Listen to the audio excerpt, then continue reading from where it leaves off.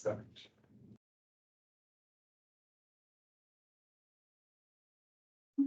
Good morning.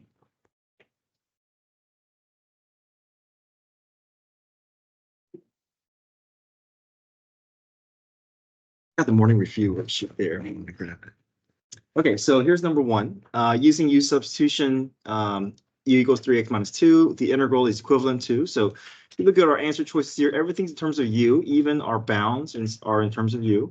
So we can start off by starting with our parentheses here. We know that's our U value. And we're just going to go through our U substitution steps.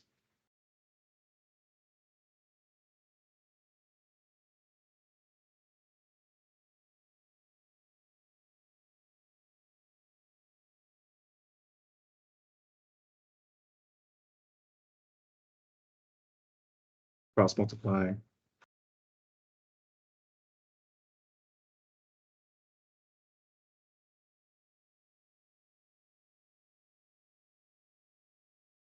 Okay, we make our substitutions with the parentheses and with the dx. We'll leave the bounds unresolved for now. So sine of u times du over 3. Push that 3 out as 1/3.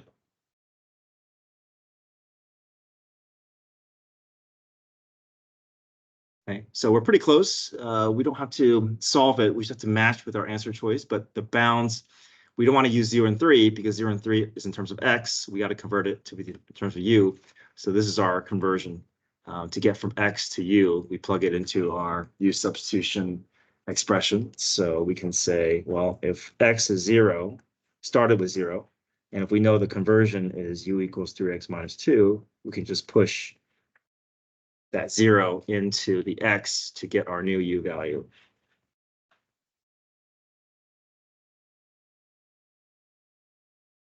So our lower bound was 0. Now our lower bound is going to be -2. Our upper bound was 3. And now the u substitution will make it 3 times 3 minus 2. 9 minus 2, which is 7. So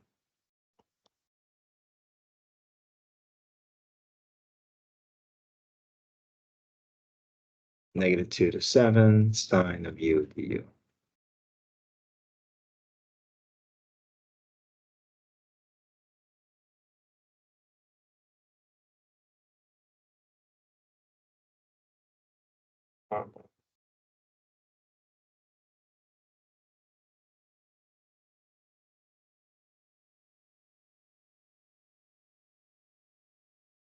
Any questions?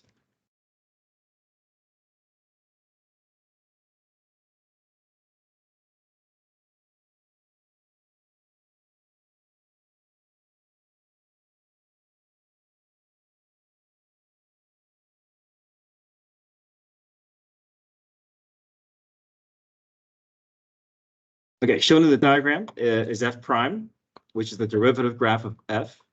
If f of 3 equals 3, then f of 1 equals. So I think of this as particle motion, where I'm looking for a location. I have a starting location, and I have a way to bridge the gap between my starting and my ending location. Okay, so I like to go through this formula. Final position equals initial plus displacement.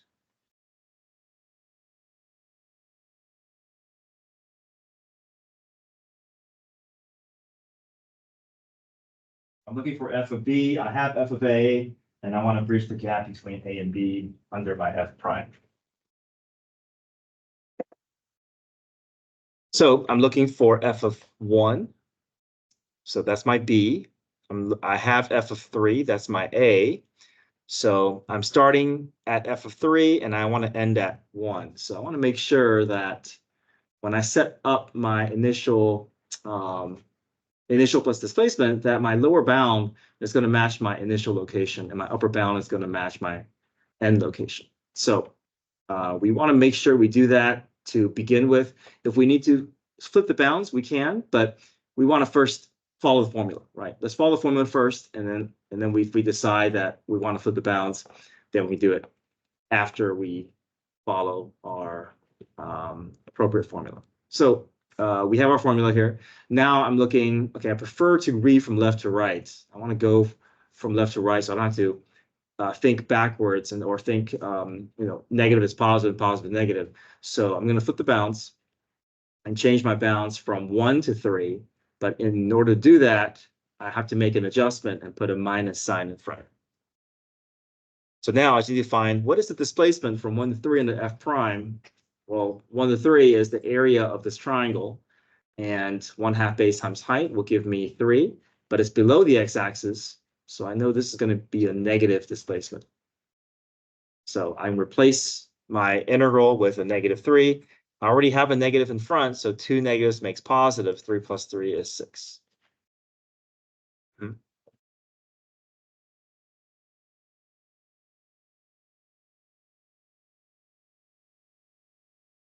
Oh, yeah, let me see. I messed up there. Let's see, 1 to 3.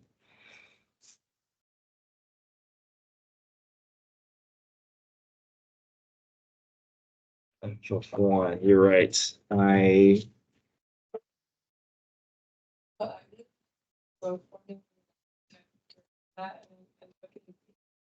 Okay, let me see. You're right. The integral from I did from was 0 to 3 instead of from 1 to 3. So let me adjust it.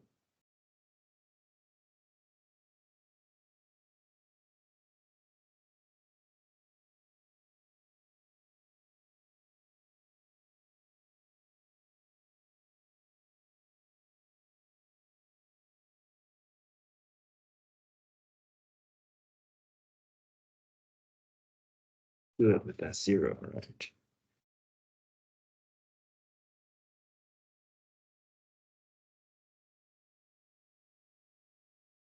One second, my slope.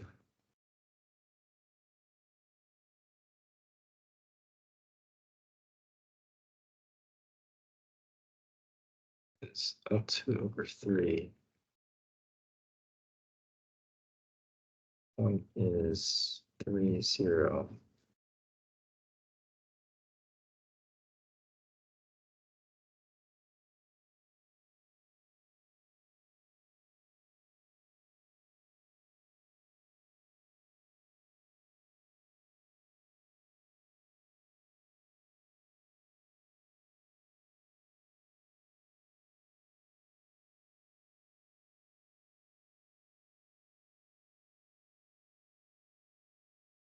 Did you get -4/3 for this point? Let's see.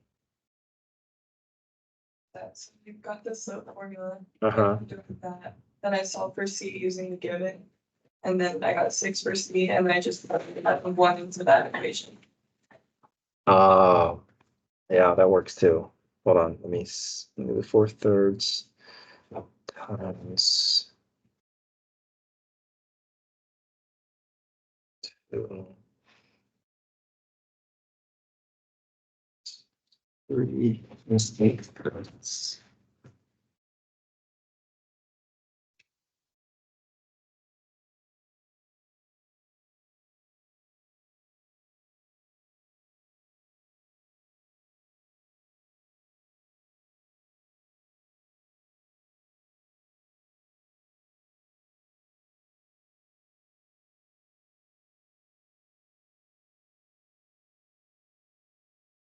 Divided by 2.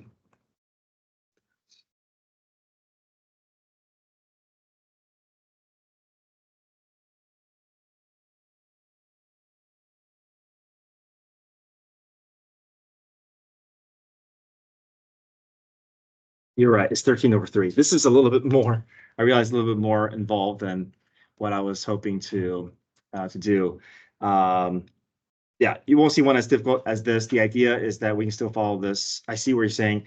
The idea is that this is a hard y value to find by hand because it doesn't line up nicely with the whole number.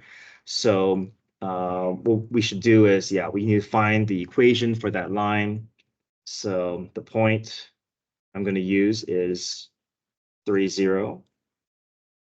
My slope of this line is up 2 over 3, so my slope is 2/3. So my equation y minus 0 is equal to 2/3 x minus 3. So now that I have this equation of this line, I can plug 1 in to get the location of that decimal y value. So y is equal to 2/3 1 minus 3. So y is equal to 2/3 times -2, which is -4/3. Now, -4/3 also happens to be the height of my triangle. So the area is 1/2 base times height, 1/2 2 times 4/3.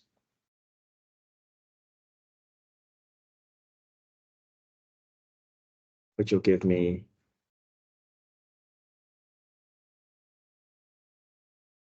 4/3.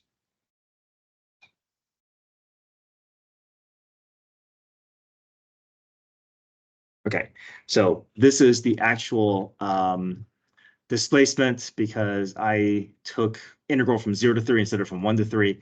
So this would really be f of 3 minus the integral from 1 to 3 of f prime. Thank you for the catch.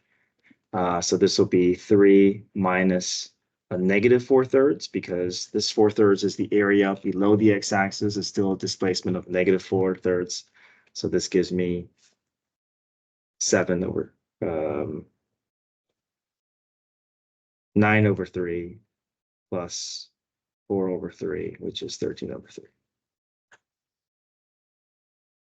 Okay, sorry, if I gave you one on the test, it won't be so difficult to find, but this is the way to find something that is not identifiable just by looking at the graph. So the strategy is find that line, find that point. But another way is you can use this line, find the antiderivative of this line, and then use that to help you get to this value as well. That works too.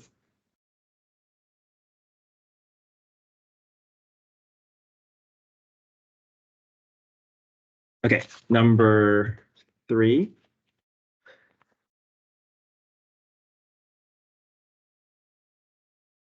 Page 2. This is a derivative of a definite integral. Hopefully, we can recognize this as second theorem.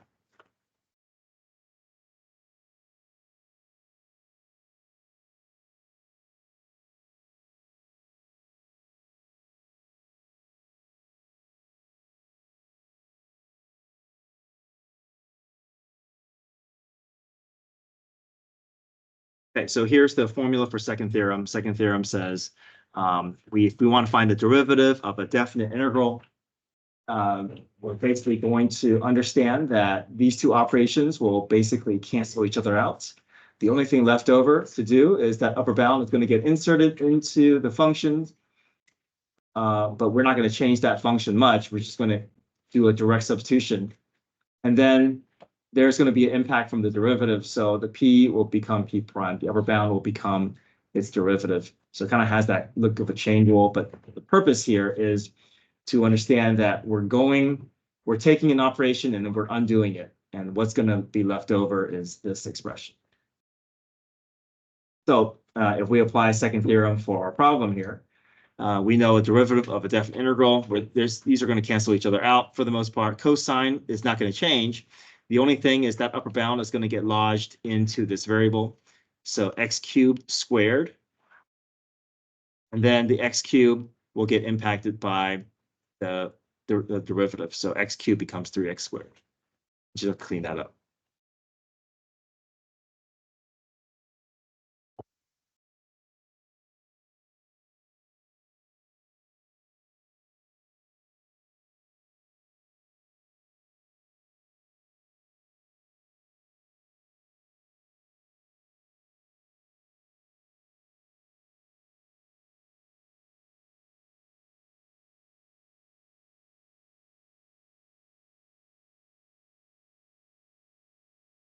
Okay, number 4. Number 4 is a pretty straightforward integral problem. We're just going to take the antiderivative of sine, and then we plug in the upper and lower bound. So sine's antiderivative is negative cosine. Then plug in our upper bound, negative pi over 6, then minus, then lower bound, cosine is 0. Cosine the pi over 6, unit circle, root 3 over 2.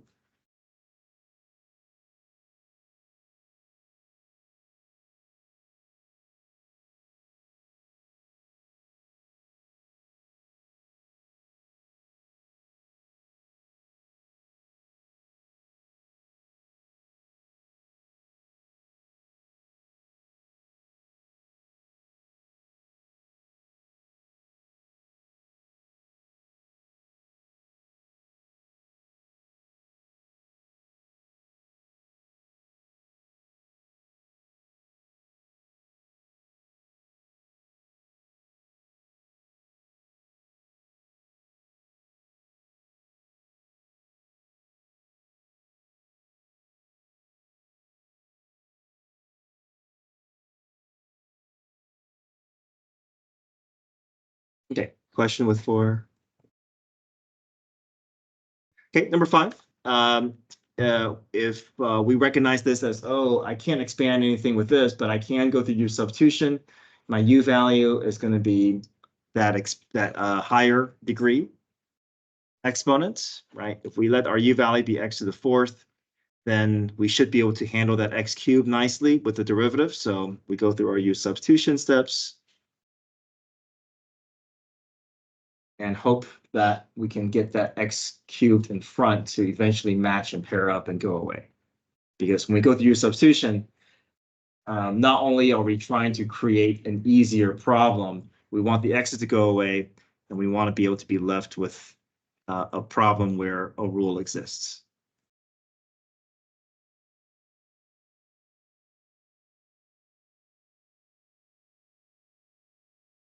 Okay, so our U value, x to the 4th, derivative is 4x cubed.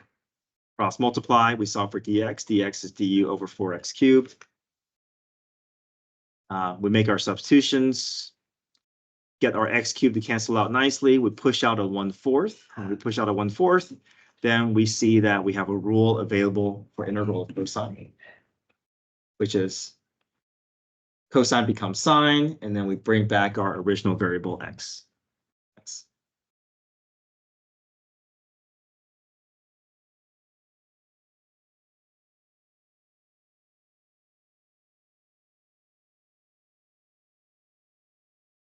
Bless you.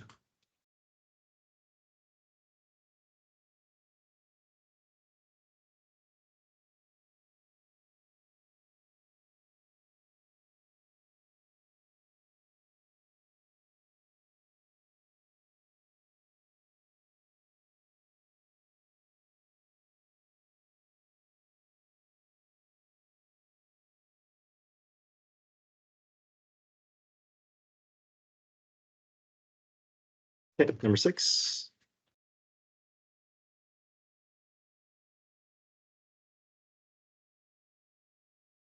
All right, number 6 will be helpful to have a calculator to graph. So we have x equals 1, x equals 3, y equals 2, and y equals natural log of x. So let me enter those in. I'm not going to be able to graph a vertical line, so just have to understand we have to kind of just sketch those in on our own. Those are just vertical lines. So we can just do y equals 2 and y equals natural log of x.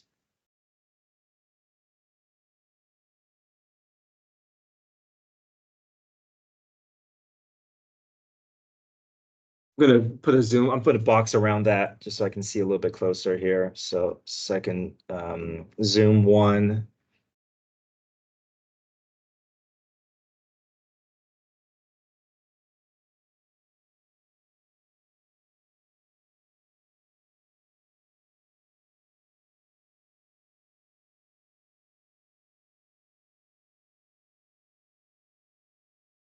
Okay, so here's 1, here's 2. I just need to do a vertical line. Sorry, 1 and 3. So here's 1 and here's 3. So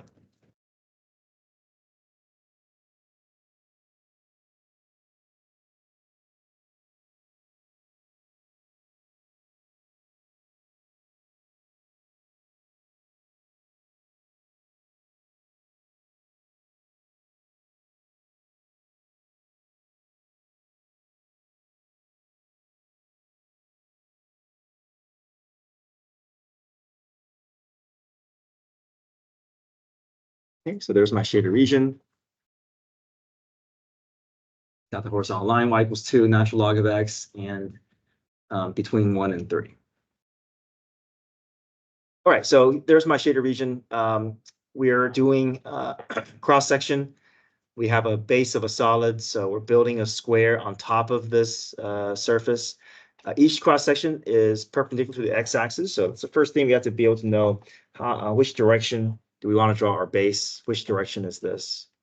Perpendicular to the x-axis, vertical or horizontal?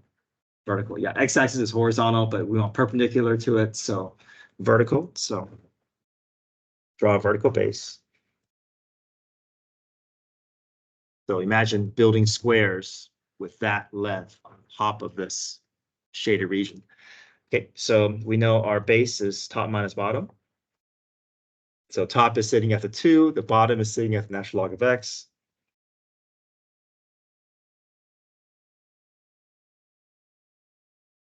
So we have one dimensional. Now we want to get to our two-dimensional area. Area of a square is base squared.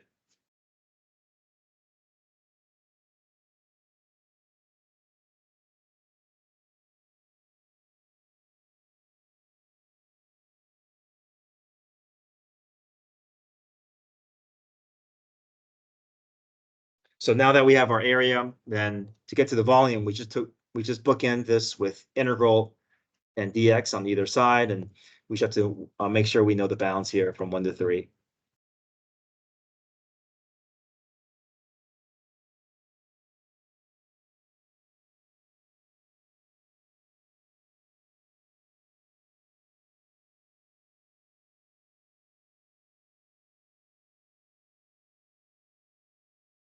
Okay, plug that in the calculator, 3.84.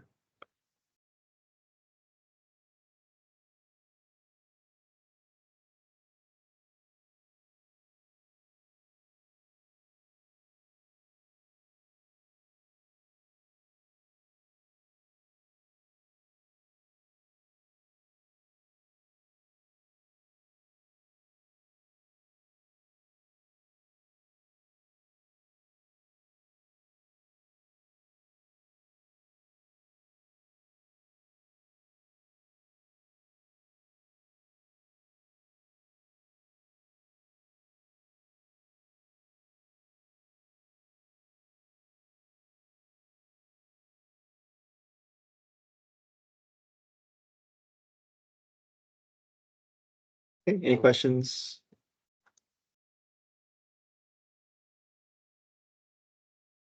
Number 7, what could be the graph of f such that the 1/2 of the integral of 1 from 1 to 3 of x dx equals 2? This is a little bit harder to interpret with that 1/2 sitting there. So I'm wondering if I just move that 1/2 over to the other side and just look at the area under the graph is equal to some number. So I know this is a 1/2 here. What if I multiply everything through by 2, just so I can get that coefficient to swap over to the other side? So 1/2 times 2 would just be 1. 2 times 2 is 4. So this is a little bit easier to interpret. I just want to figure out which of these graphs has an area of 4 between 1 and 3. So let me shade in all the places that we could be looking at. So it could be that area. We want to find, is that area equal to 4? Is this area equal to 4? Is this area equal to 4? Is this area equal to 4? Or is this area equal to 4? So anything with the curve, it's going to be tough for us to find the exact area, right? So it's probably not going to be this, or this is going to semicircle. Quarter circle. Quarter circle will involve pi. If it involves pi, it's probably not going to come out as nice as just a whole number. So I'm just going to look at these 3 shapes, okay, for now. Here, I can just think of it as a triangle sitting on top of a rectangle. Here is just a rectangle. Here is just a rectangle and a triangle on top of each other. So if I find the areas of all those, see which one ends up adding to be 4.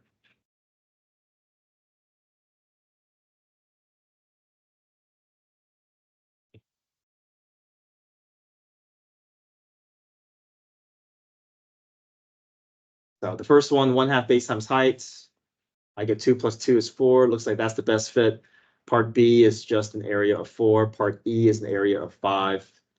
And C and D doesn't really fit with what we're trying to do, especially with B. I mean, with D, we have to know what this function is to be able to get the antiderivative. But so these are not going to be good options just by looking at it.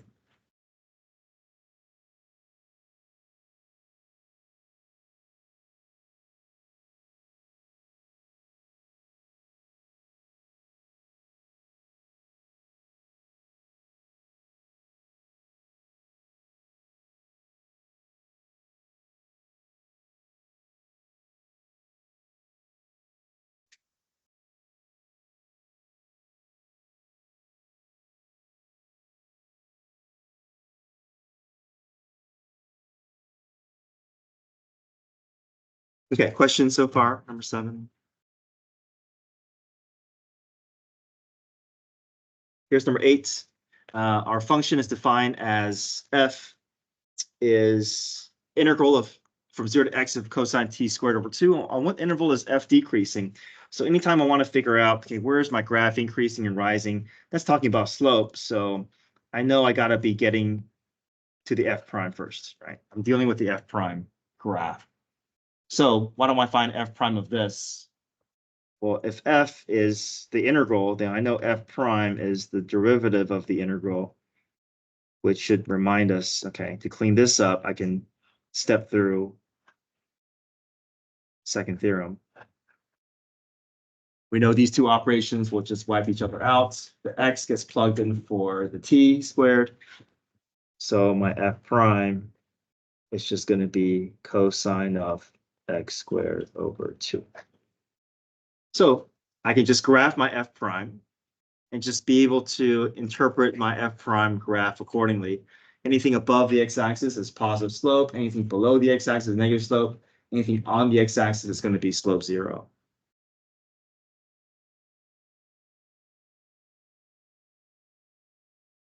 Okay, so I'm just entering this into my calculator here, into y1 cosine x squared. I'm just going to adjust my window to show x values from 0 to 3.8.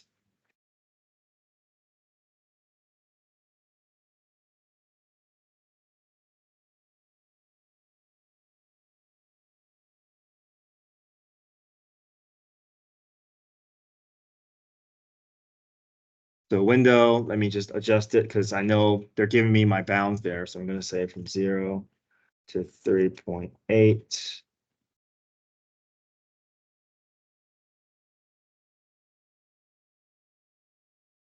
Okay. So I see 2 x-intercepts. I can do second trace, 0, to find those 2 x-intercepts. So to the left of the x-intercept, hit enter. To the right of the x-intercept, hit enter. I'm going to get 1.77. Don't worry about this. That's just basically 0. Really, really, really small number. Okay, so we can do the same thing on the other side and understand that we're looking at the f prime graph. So above is positive slope, below is negative slope. We're looking for places where we're experiencing negative slope on the f of x graph. So we're looking for the region below the x-axis. So if I can find my 2 x-intercepts and just know that my interval from 1.7 to 3.0 is below the x-axis, that's going to be the best answer choice.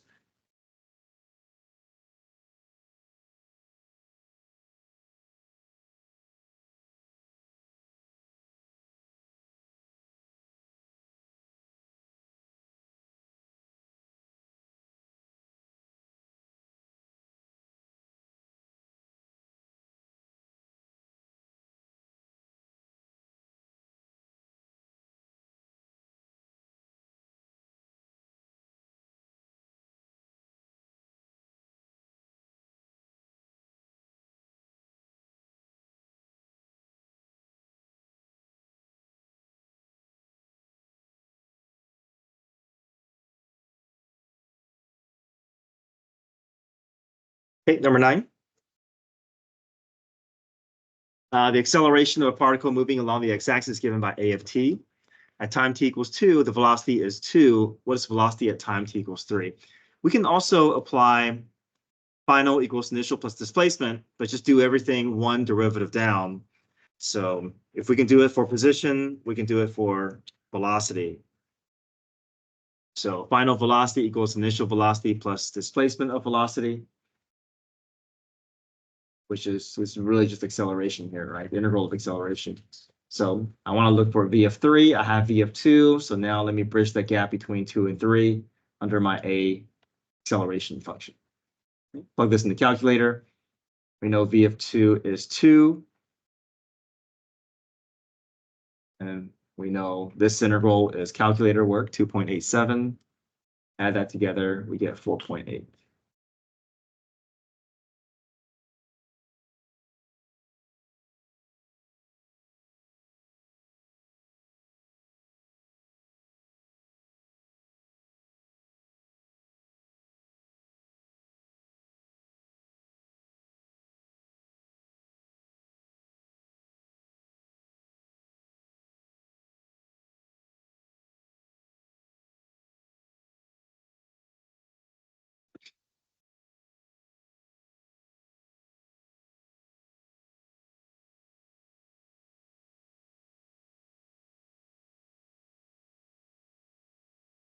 Questions with 9.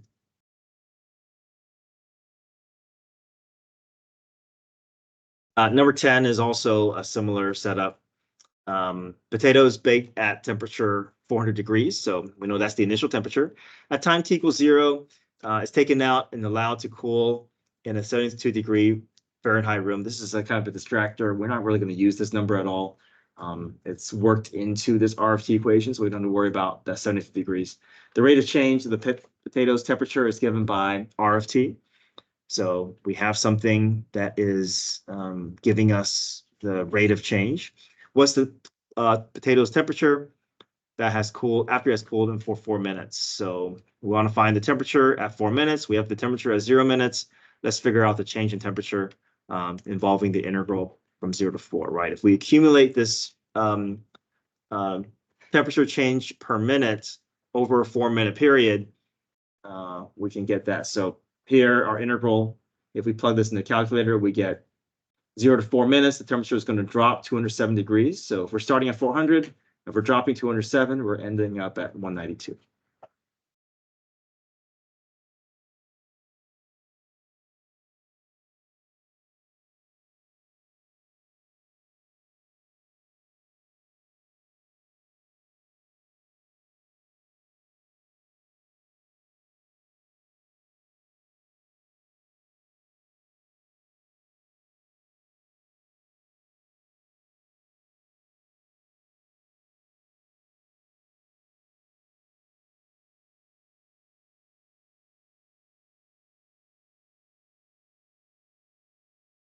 Okay, 11. The integral from 0 to 5 under g of x is under approximated by trapezoid sum, but over approximated by left Riemann sum. So we have to kind of look to see, okay, which is going to allow for a left-handed rectangle to be under the curve. Sorry, over the curve, because over approximated, but then the trapezoid is going to sit cleanly below the curve. So it's going to be answer choice E, because answer choice E, if I attach the left endpoint height to the curve, I can see that my left-handed rectangles will clearly be above the x-axis. But then with the curve that is concave down, if I were to connect from tip to tip for each of our subintervals there, I can see all my trapezoids will sit beneath the curve, slightly beneath the curve, under approximating using the trapezoids, but over approximating using left Riemann sums.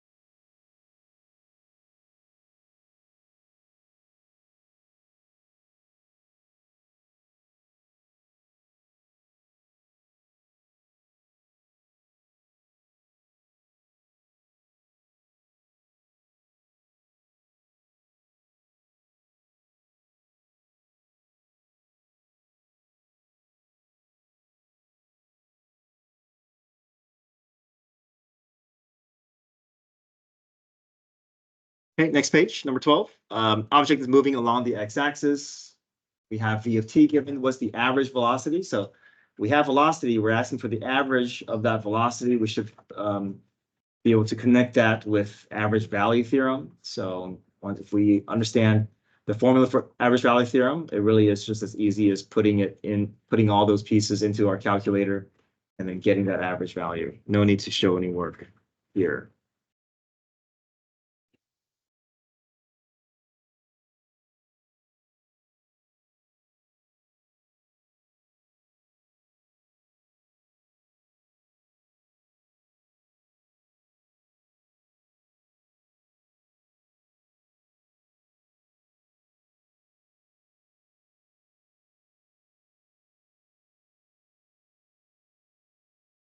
All right, number 13, a graph of function f on the interval from -1 to 4 is shown. Regions A, B, and C have areas of 1, 2, and 3 respectively. So they give us the area, but we have to take into account that displacement can be negative if it's below the x-axis. What's the integral from -1 to 4 of f of x plus 2? We have to understand this plus 2 is not by itself. It's not a plus 2 outside the integral. It's still under the integral umbrella. So to help me see the distinction or how that 2 is getting impacted, I'm just going to split up into two problems. So I'm going to do integral from -1 to -4. Sorry, -1 to 4. F of x is simply looking at the graph and adding up those numbers. But then the integral from -1 to 4 of 2 dx, this is its own separate problem. This is going to have to be a power rule problem. So we know 2 becomes 2x, plug in our upper and lower bound. That's going to end up giving me 10.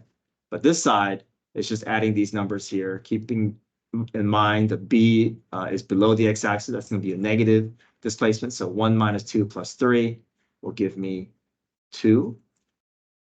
And 2 plus 10 is 12.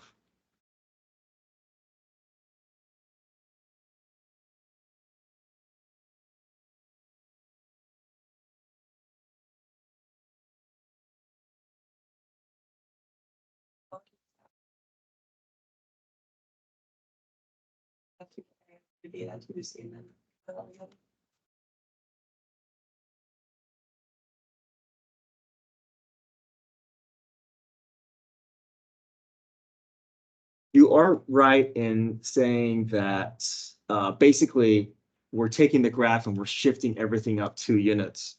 But is that going to necessarily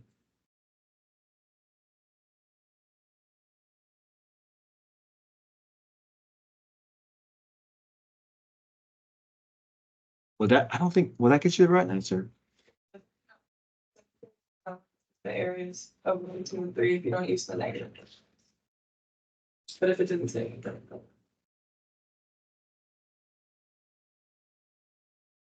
Yeah, I'm not so sure that if we shift, this basically is saying, okay, if I take this function, if I were to shift everything up 2 units, if I shift everything up 2 units, I don't know if that's going to guarantee that the area is going to increase by 2 for each of these as well. Okay, so if that's that would work.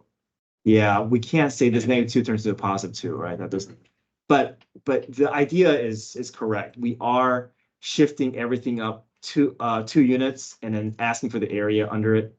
But it's hard to know what the area is. So if we split it into 2 separate problems, then that feels a little bit easier to think about. But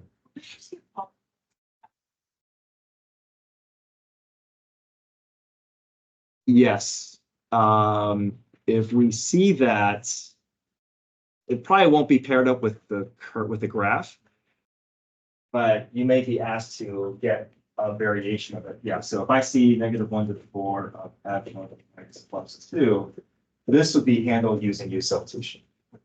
Yeah. So we'll let that be the U value. For these to be in terms of U, and then we have a integral that we can look at that has this being just the U and so. What do you think somebody would pass it? You always have to adjust the. Yeah, you also have to adjust the bounds. If you're making a change with U substitution, you have to adjust the bounds if you want to leave it in this form. But if you have a graph to look at, then you can bring in y equals x and plug it up. That's what the graph has. Okay. Thank you. Make sure you grab a key if you didn't already, but yeah, grab it. Number 14. If we see an integral problem, we always want to attempt power rule first, right? Our first option should not be use substitution. Okay. And this one we can handle using power rule because we can expand that out. That squared is easy enough for us to expand out. Now, if it was anything higher than the 2, then we want to look at other options. But we always want to think, okay, how can I use? Can I use the simpler method first? Right? Because if we try to use substitution, it's not going to work out. So we want to always make sure that if something can be expanded and used and where we can use power rule, then we should try that first. That should always be our first option. So I'm going to FOIL out my parentheses there.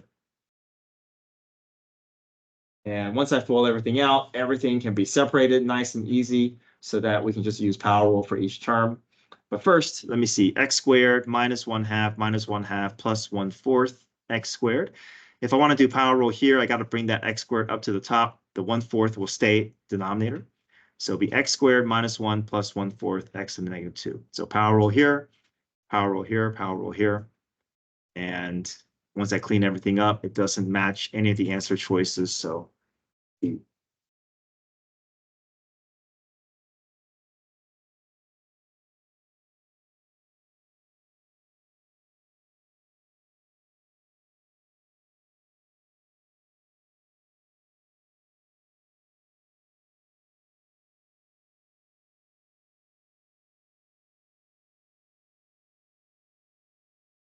okay, 15. 15, we also would like to try using expansion, but there's too many terms in the denominator. We can't really separate into individual fractions. So our next option is use substitution. So if we let the parentheses be our u value, we do our cleanup here, and we get all the way down to 1/u squared. There's a leftover du over 2. We push that 1/2 as 1/6. But this is not natural log, right? We only do natural log if it's u to the first power in the denominator. We got to bring that up, get it ready for power rule, and then apply power rule. U to -1 over -1. And then once you have our antiderivative, we're going through our cleanup. Replace, we'll put our u back in the denominator, replace the u with 2x minus 1. It doesn't quite fit with the answer choices here, so I just distributed that 6 through, and I just multiply top and bottom by -1 to get it to match answer choice B.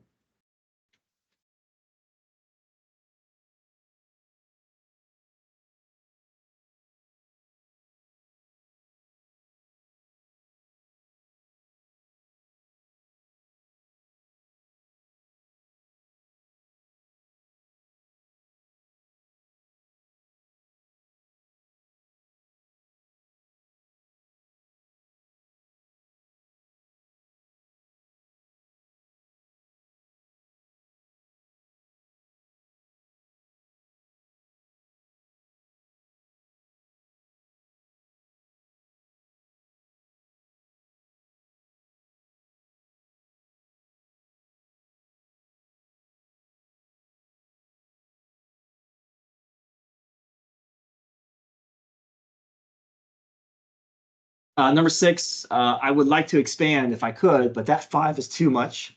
You're not to be expected ever to expand anything more than degree 2. So if it's anything higher than degree 2, then our next option is use substitution. We let the parentheses, what's inside the parentheses, be our u value. We go through use substitution. We see there's leftover -1/3. Push that -1/3 out in front. It's just a clean power rule. We apply power rule, then we bring back our original variable x.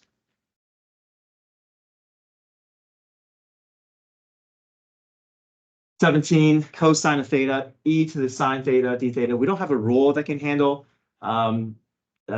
those cosine and e to the sine theta. So this is too complicated for one rule to handle. We go to use substitution, but with use substitution, it is a little bit of trial and error, right? We're trying to figure out, okay, what u value will allow my thetas to cancel out, and I'm left with a rule that is available for me to use. So I'm looking at that sine of theta to begin with.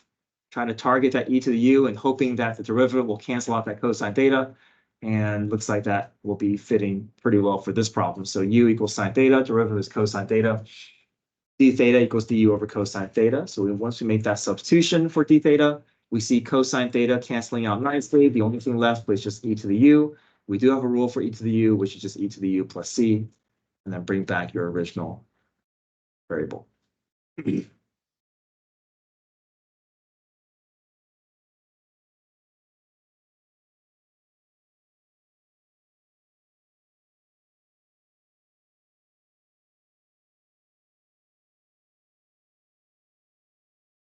Okay, so 18 is just asking for the setup, not asking us to find the actual volume. We're going to rotate the shaded region about the line x equals -3. And if we want to rotate around a vertical line, we know we're going to be getting horizontal radius. If we get a horizontal radius, though, well, first off, we know it's going to be washer method, because even though that vertical line is touching, the dotted line is, or the axis is touching the curve, we see all these gaps, right? The graph is not a flat surface that will line up nicely with that axis. So because there's a gap, we know we got to draw two radius, which will be washer method. So from the axis, you're going to extend to the furthest region of your furthest boundary of your shaded region. That's going to be your big R. And then from the axis, extend to the closer of the two boundaries. That's going to be your little r. And then we do right minus left. Typically, we have to rewrite our equation for right minus left. But the nice thing is these are already given to us as x equals y squared minus 3 and x equals 3y plus 1. And so we can just jump directly into doing right minus left. The reason that I knew that this further one was 3y plus 1, because 3y plus 1, that's a linear graph. Even though I didn't know exactly what that graph looked like, I knew it was linear. So it's going to be a straight line. The y squared minus 3, that's going to be a quadratic. So that's the curved one. Okay, so yes. I thought e to the u is supposed to be e to the u to the times e prime. That's derivative. So wait, so then what? So the integral of e to the u, du, is just e to the u plus c. Because the du basically handles the chain rule portion.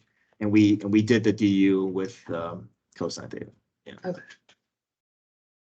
Yeah, it's just this.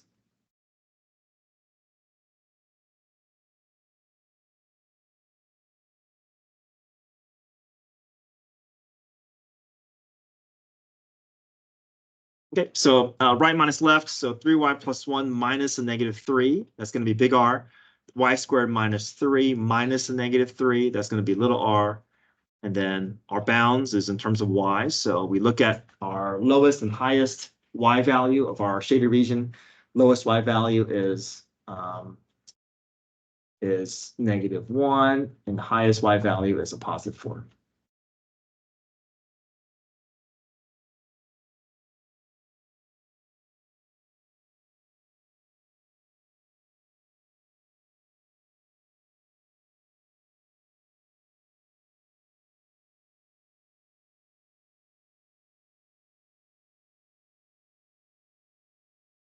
Okay, page 4, number 19. We have y equals x squared. That's a parabola. And the line x equals 2. We're in the first quadrant here. So we're not doing the full parabola, just the parabola in the first quadrant. The volume is generated by, or that's generated is. So we know we are rotating about the y-axis. So it's a vertical axis of revolution. We see that there's a gap between the dotted line and the shaded region. We know, again, it's going to be washer method. Again, it's going to be a horizontal radius. This time, though, we need to adjust the equation a bit and get them into the proper form. This vertical line is x equals 2. This vertical line axis is x equals 0. But this curve was y equals x squared. We want to rewrite it in a better form for our problem. So we want to solve as x equals root y. So everything is in the proper form now. X is 2, x is root y, x is 0. So now I'm going to do my right minus left. Right endpoint is sitting at the 2, left endpoint is sitting at the 0, so 2 minus 0. And then right endpoint is sitting at the square root of y, left is at the 0. And my bounds is lowest to highest y value. My lowest y value is 0. My highest y value is whatever this point is And I know that this is the part of the parabola when x is 2. So if I plug 2 into the parabola equation, 2 squared is 4. So when x is 2, my y is 4. So I'm going to go from 0 to 4. This is meant to be non-calculator. So we put everything in. 2 squared minus root y squared. The same thing as just 4 minus y. This is manageable using power rule. 4 becomes 4y. Y becomes y squared over 2. And we're integrating from 0 to 4, plug in upper bound minus lower bound.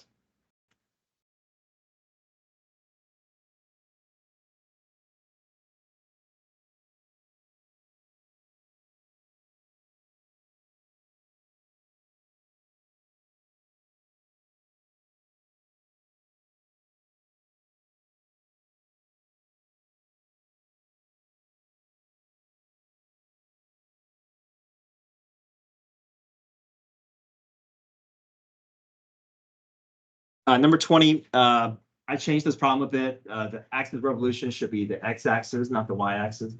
So we have e to the 2x between the y-axis and x equals 1. We can graph that. We're going to rotate it around the x-axis. So in this case, the axis is right up against that shaded region. There is no gap. We just do top minus bottom. Big radius is e to the 2x minus 0. So that's all we need, big radius squared. So here's my big radius squared from 0 to 1, and that matches my answer choice C.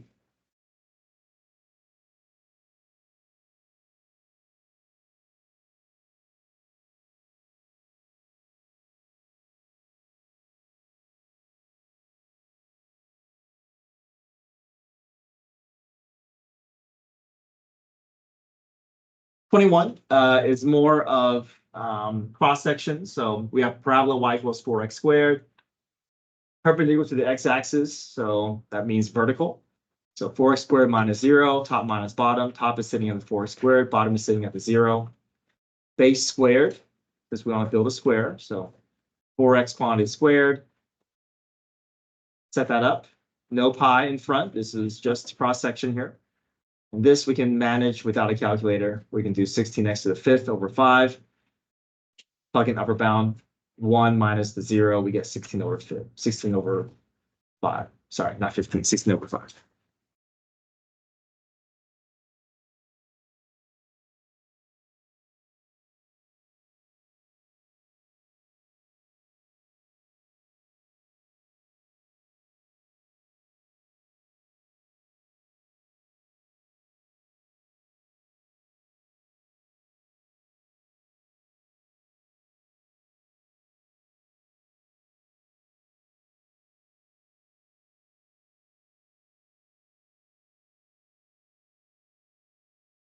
Uh, 22, average value. This is average value theorem, but this is meant to be done without a calculator. So after we set everything up, we go through use substitution.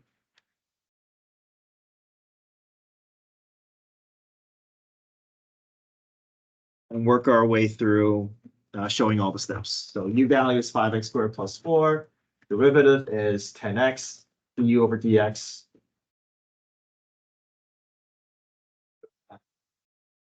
Du over 10x.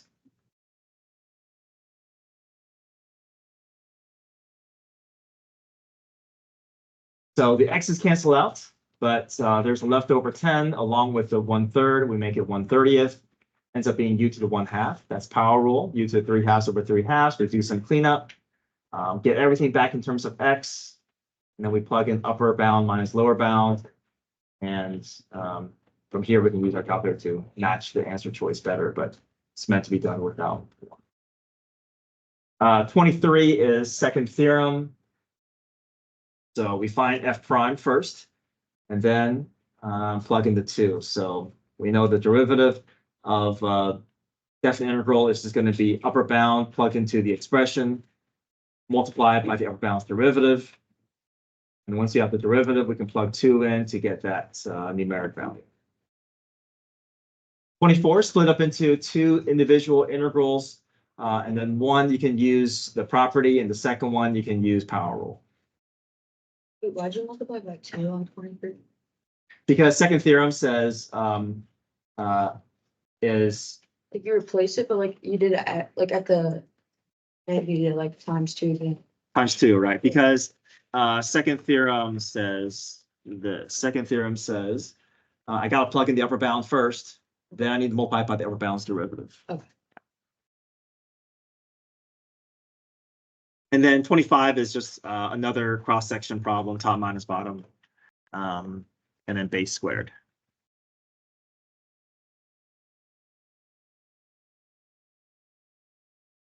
Okay, maybe if you have any last minute questions, I need all your book bags up in the front eventually.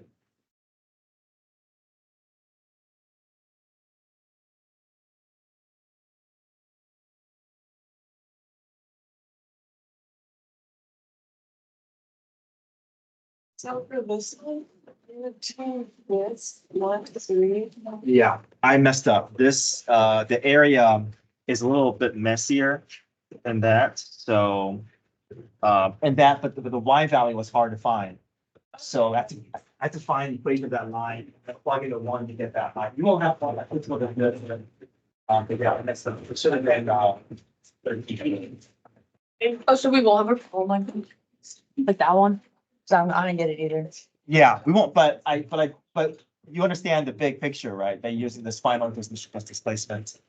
Yeah, I knew that. I Right, just like, and then- didn't know like how to get Get the that- actual yeah. equation. So, but for future knowledge, we gotta get find the equation of that line. Doing point slope, and then plug in 1 into that equation to get that Y value. And how'd you do like that? So that one, I moved that 1/2 over to the other side to make it 4, multiply through by 1/2, by 2. Oh, So basically just figure out what is gonna allow me to have an area of 4. So Okay. I'm looking at all these regions here between the x-axis and the curve, and then you just and add. then it's just adding up those areas. Okay. I know the C and D is not gonna work out because those are curved. That's not gonna be solid for.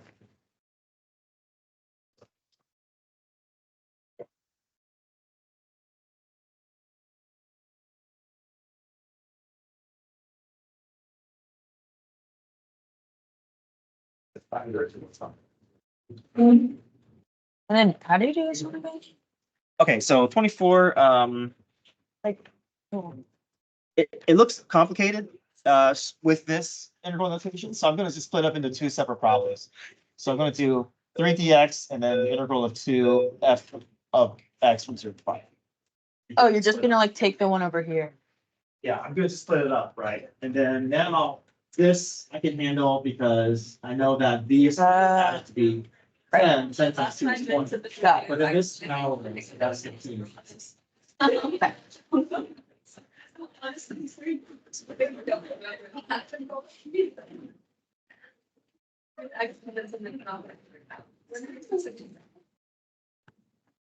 Whatever.